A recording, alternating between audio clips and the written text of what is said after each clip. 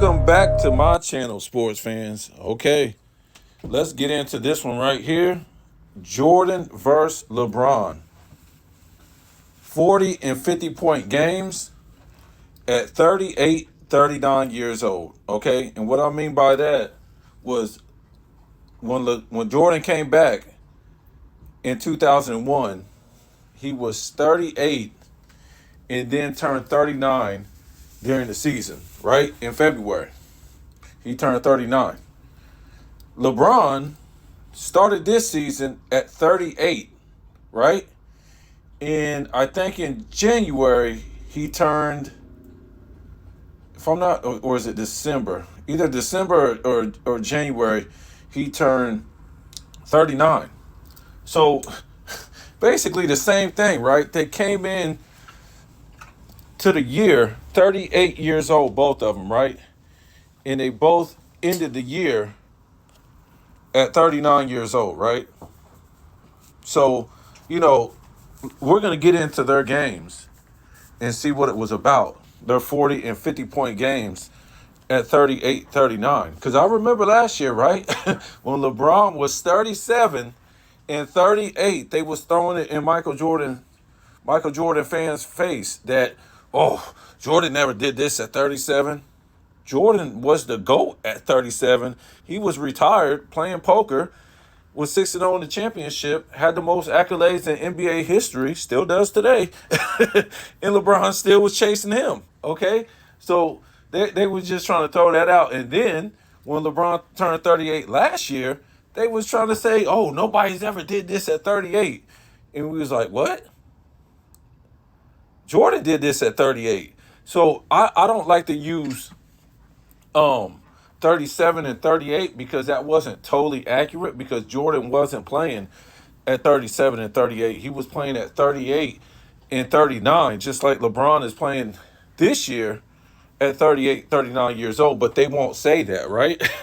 they won't tell it like that, right? So LeBron, he had another 40-point game a couple days ago. His second 40-point game at 38, 39, right? At 38, 39, this season, he had another 40-point game. What they don't tell you is how many 40-point games Michael Jordan had at 38, 39.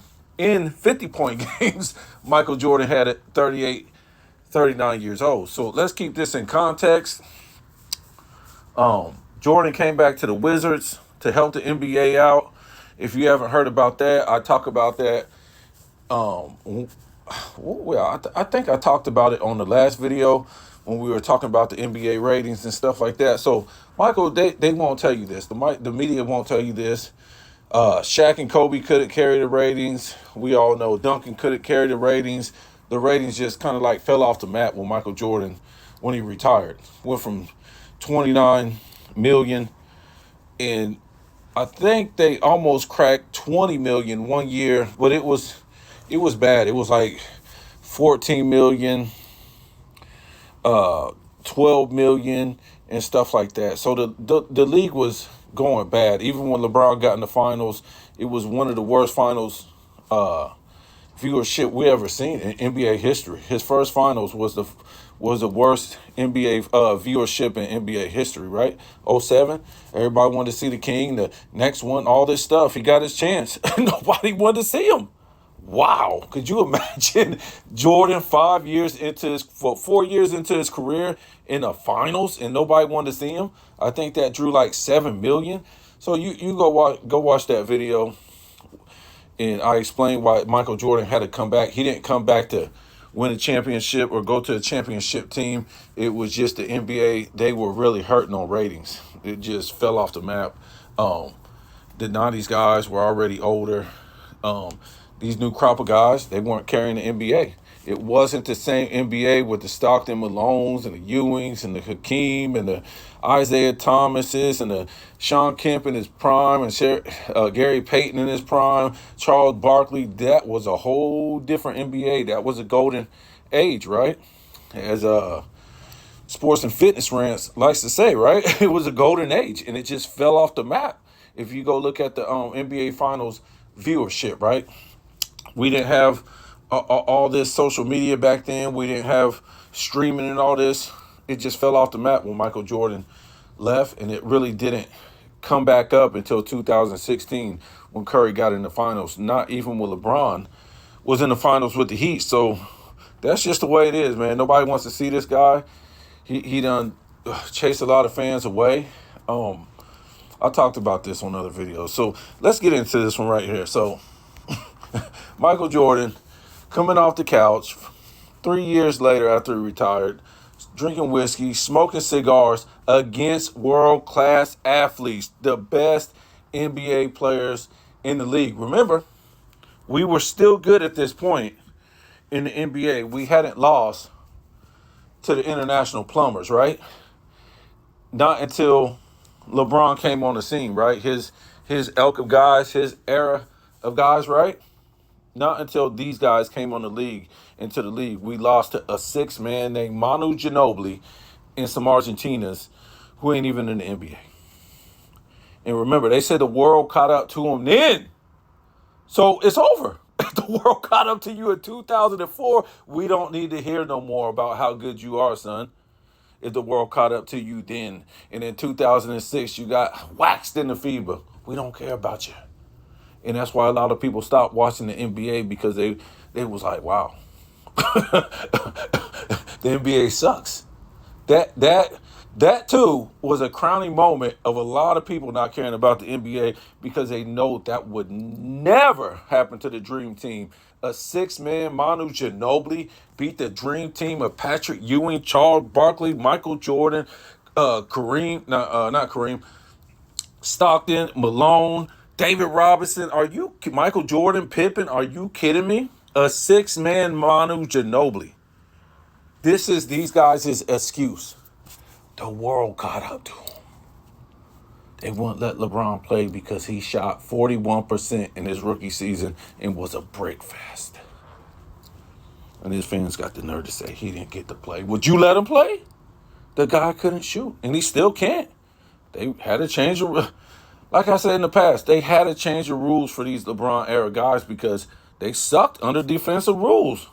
LeBron couldn't even make the playoffs the first two seasons until they changed the defensive rules. So let's roll back into this.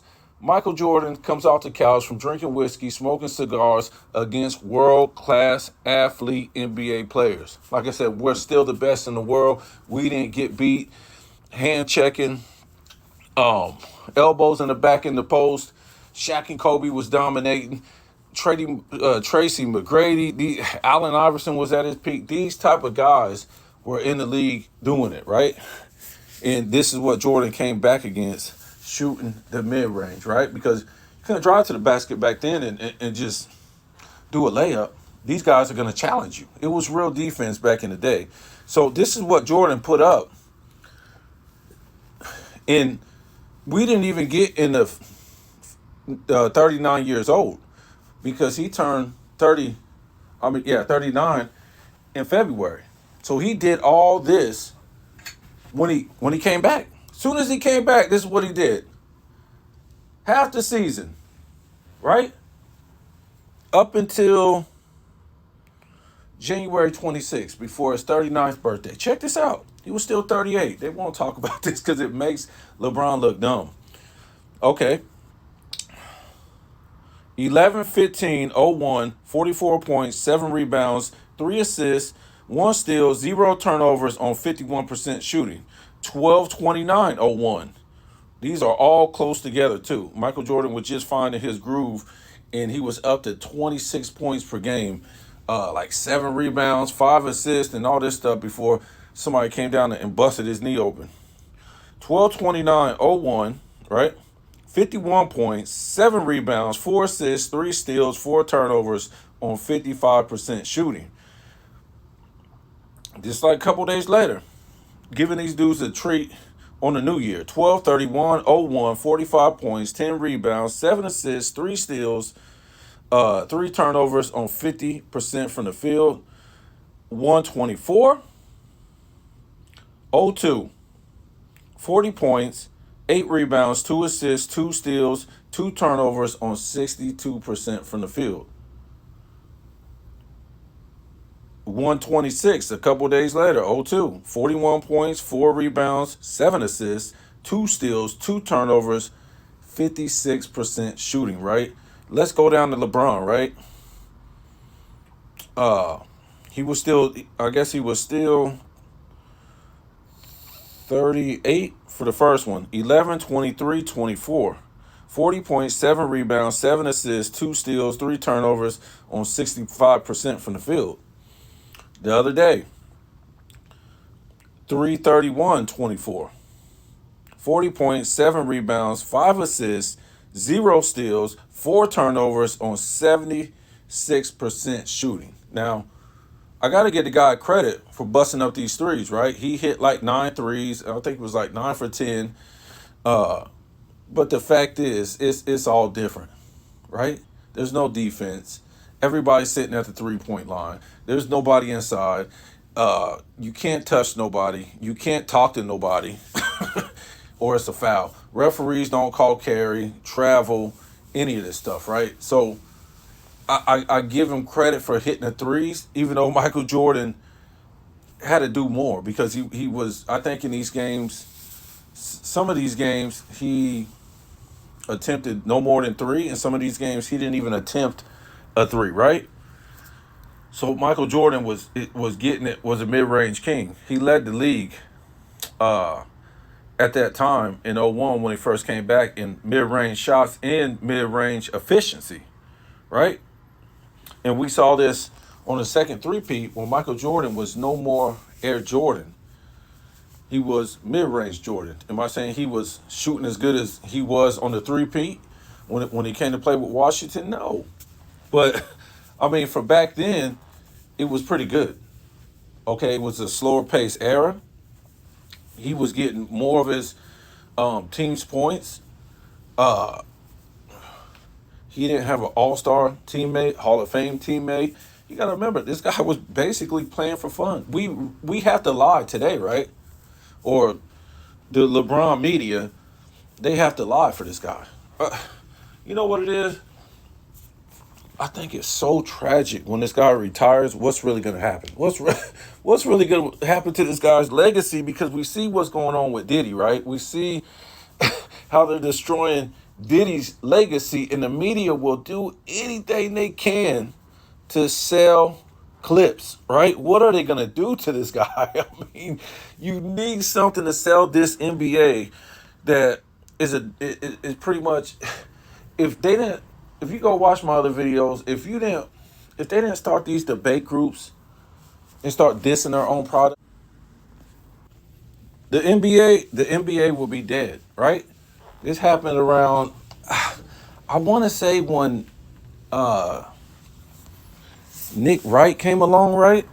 And they start dissing their own product when the Jordan debate, because when they was doing with Kobe and Jordan, they wasn't dissing great past players, right? They wasn't doing this. And like I said in my other video, it reminds you of, Domino's Pizza. Domino's had got so bad, I don't know, maybe this was like 10, 15 years ago. Domino's Pizza got so bad in their product, their ingredients, they had to start dissing their own product and dissing their own company, making commercials, funny commercials, right? And then they was pretty much going to give it away to you if you didn't like it or if it didn't come on time and stuff like this. But the main thing was the ingredients was so bad. They had to, make funny commercials, dissing themselves and telling people how they changed the product. This is like the NBA, right? They just start the product was so bad. I mean, because the 90s really set the standard. They set the bar so high. You had all the best centers in that one era. Shaq, Hakeem. You had David Robinson, Lonzo Mourning, Dikembe Mutombo. I don't know who I'm missing. These type of guys. And then you have Michael Jordan dominating the center, the centers and the big man. Charles Barkley and Karl Malone. People even saw when Jordan retired the first time who start winning again. Big man start winning again, and When he retired the second time, big men start winning again, right? All the way really up until probably about 2000 and what, 12 or something like that, because Dirk was a big man. So you had Kevin Garnett, he was a big man. So it was pretty Duncan. So Jordan did something that was impossible. He did what nobody could do. He won without a Hall of Fame top 75 big man. It just showed.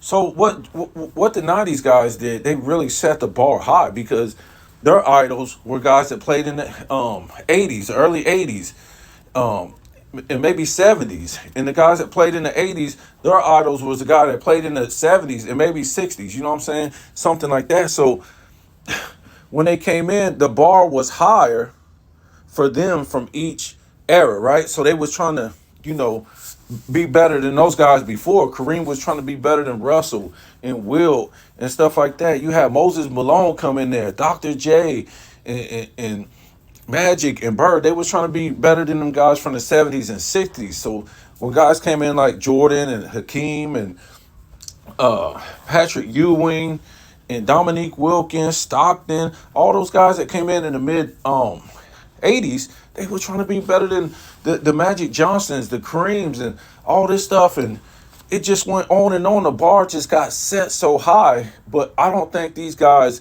coming into the 2000s, they wasn't ready. Maybe like the Tim Duncans, um, let's see, the Kobe Bryants that came up out of that era, really those were only the guys because you got to remember the Grant Hills was supposed to go into the 2000s. Maybe the Penny Hardaways and the Tracy McGrady's. These guys were supposed to be setting the bar um, with Tim Duncan and these type of guys. Well, Tim Duncan and Kobe, but a lot of these guys got hurt. So the bar really got lowered. Allen Iverson, he was hurt or he didn't live up to his potential fully. You know what I'm saying? So a lot of these 2000 guys that came in, they just wasn't the same stars, right? They didn't develop to the same stars. So the NBA really, it really wasn't the same coming into the 2000s. And like I said, people didn't want to watch it. They had to start making debate groups, dissing their own league, and eventually changing the rules after these guys start getting beat by international plumbers, making up stuff. So you guys tell me what you think, man. Michael Jordan at 38, 39 was far more impressive than LeBron James. And Jordan did it coming off the couch, right? LeBron has did it taking steroids, allegedly doing all this working out. So who's the better athlete, right? Tell me what you think. The NBA